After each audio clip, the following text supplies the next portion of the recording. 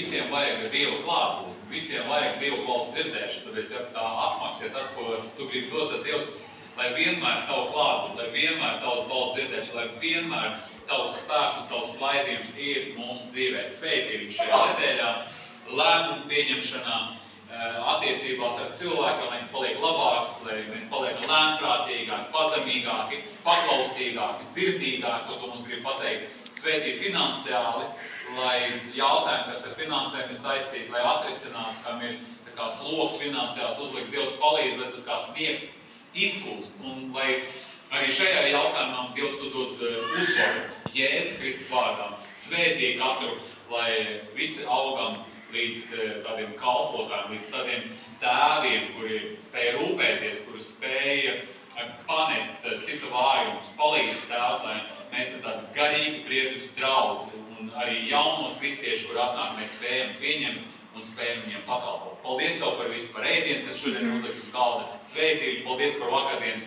velobraucienu, paldies Tev. Mēs pateicamies, ka Tu mums visu dod un arī svētīgi tās nometnes, kas nāk pusaugi, jaunieši un draugs nomet un arī visus kristāmos, kas grib kristīties šogad, lai nokristās, lai iet tālāk uzvarošu dzīvi priekš Tavas slavas. Paldies Tev. Es pateicos Tev par visu Jēzus vārdā. Amen. Tā kā, kur kas vēlas